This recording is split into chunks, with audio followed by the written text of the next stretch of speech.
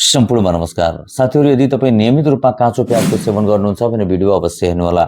साथीहरु, यो भिडियोभित्र म तपाईलाई काँचो प्याज सेवन गर्ने सबैभन्दा बेस्ट समय, सबैभन्दा बेस्ट तरिकाको बारेमा जानकारी दिन्छु। साथै कस्तो व्यक्तिलाई काँचो प्याजको सेवन गर्न हुँदैन यसको बारेमा पनि जानकारी उपलब्ध गराउँछु। त्यसकारण साथीहरु, भिडियो एकदमै महत्त्वपूर्ण छ, यसलाई अन्तिमसम्म हेर्नुहोला। साथै यो भिडियो तपाई कहाँबाट हेर्दै हुनुहुन्छ एकपटक मलाई कमेन्टमा जानकारी गराउनु होला। साथीहरु, काँचो प्याज भित्र प्रचुर मात्रामा कर्सेटिन नामको तत्व रहेको हुन्छ र यसको अलावा यसमा सल्फरका कम्पाउन्डहरु प्रशस्त मात्रामा रहेका हुन्छन्। साथीहरु, यो कर्सेटिन र सल्फरका जुन कम्पाउन्डहरु छन् यसैका कारणले गर्दा काँचो प्याजको महत्त्व अत्यधिक हुने गर्छ। यसको सेवन यदि हामी निश्चित मात्रामा नियमित रूपमा गर्ने भने सबभन्दा पहिले यसले हाम्रो शरीरलाई विभिन्न किसिमको क्यान्सरको जोखिमबाट बचाउन मद्दत पुर्याउने कार्य गर्छ। दोस्रो, यसले हाम्रो रगत नलीलाई सफा र स्वस्थ राख्न मद्दत पुर्याउँछ। यसभित्र रहेको सल्फरका कम्पाउन्डले रगत नलीको भित्री भाग जसलाई एन्डोथेलियम भन्ने गरिन्छ त्यसलाई स्वस्थ राख्न मद्दत पुर्याउँछ। कोलेस्ट्रोलको मात्रालाई घटाउन मद्दत पुर्याउँछ। हाम्रो ब्लड प्रेसरलाई कन्ट्रोल अवस्थामा राख्न हामीले सहयोग पुर्याउने कार्य गर्छ। मुटुलाई स्वस्थ राख्न मद्दत पुर्याउने कार्य गर्छ। मुटुलाई विभिन्न किसिमको गम्भीर रोगको जोखिमबाट बचाउन मद्दत पुर्याउँछ। त्यसकारण साथीहरु, नियमित रूपमा सेवन गरेर हामी हाम्रो मुटुलाई यानी कि कार्डियोभास्कुलर सिस्टमलाई स्वस्थ राख्न धेरै हदसम्म मद्दत प्राप्त गर्न सकिन्छ।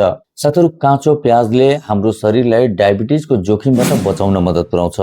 सबभन्दा पहिले त जब हामी काँचो प्याजको सेवन गर्छौं यसमा फाइबर प्रचुर मात्रामा रहेको हुन्छ जसले पेटभित्र गइसकेको यानी कि खानामा रहेको जुन कार्बोहाइड्रेट छ त्यसको पाचनलाई यसले स्लो गराउँछ, जसको फलस्वरूप कार्बोहाइड्रेट बिस्तारै बिस्तारै पाचन हुने गर्छ। त्यसबाट प्राप्त भएको जुन ग्लुकोज छ त्यो बिस्तारै बिस्तारै शोषण भएर रगतभित्र जाने गर्छ, जसको फलस्वरूप रगतभित्र ग्लुकोज एकैचोटि धेरै मात्रामा बढ्न पाउँदैन।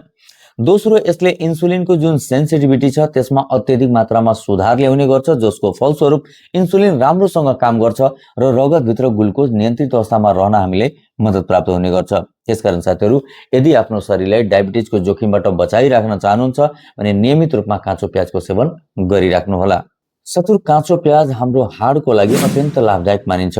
यदि काँचो प्याज नियमित रूपमा सेवन गरिराख्नु भयो भने यसले हाडलाई बलियो, मजबुत र स्वस्थ बनाइराख्न हामीले मद्दत पुर्याउने कार्य गर्छ।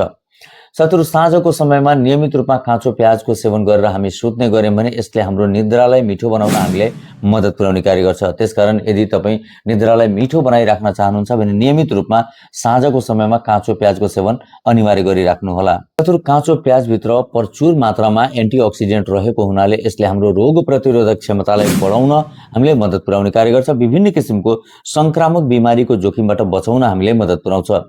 यसभित्र रहेको सल्फरका कम्पाउन्डले हामीलाई ब्याक्टेरियाको संक्रमणको जोखिमबाट बचाइराख्न हामीलाई सहयोग पुर्याउने कार्य गर्छ।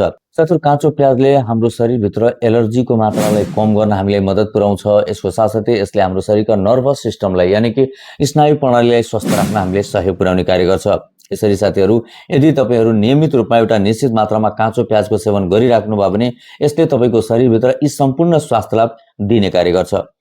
साथीहरु, काँचो प्याजको सेवन गर्ने तरिका र मात्राको कुरा गर्ने भने दिनमा एउटा मिडियम साइजको काँचो प्याज हामी नियमित रूपमा सेवन गर्न सकिन्छ। साथीहरु, अब हामी कुराकानी गर्छौं कि कस्तो व्यक्तिलाई काँचो प्याज सेवन बिल्कुलै गर्नु हुँदैन। साथीहरु, यदि तपाईले आईबीएस को समस्या छ भने त्यस्तो अवस्थामा काँचो प्याजको सेवनबाट जोगिनु होला। यसको अलावा यदि तपाईलाई पेट सम्बन्धी अन्य कुनै गम्भीर बिमारी छ भने त्यस्तो अवस्थामा पनि नियमित रूपमा काँचो प्याजको सेवनबाट जोगिनु होला। गर्नु पर्यो भने एकपटक आफ्नो डाक्टरको सल्लाह अवश्य लिनु होला। यसको साथसाथै साथीहरु, यदि तपाईको बीपी नियमित रूपमा कम भइरहेको छ वा तपाईले अन्य कुनै गम्भीर बिमारी छ भने त्यस्तो अवस्थामा पनि यसको सेवनबाट जोगिनु पर्छ। गर्नु पर्यो भने एकपटक आफ्नो डाक्टरको सल्लाह अवश्य लिनु पर्छ। साथीहरु, यसरी यी सम्पूर्ण सावधानी अपनाएर तपाई नियमित रूपमा काँचो प्याजको सेवन गरेर आफ्नो शरीरलाई निरोगी र स्वस्थ राख्न धेरै हदसम्म मद्दत प्राप्त गर्न सक्नुहुन्छ। साथीहरु, आशा गरेको छु यो भिडियोले निश्चित रूपमा यहाँलाई धेरै हदसम्म लाभ पुर्याउनेछ।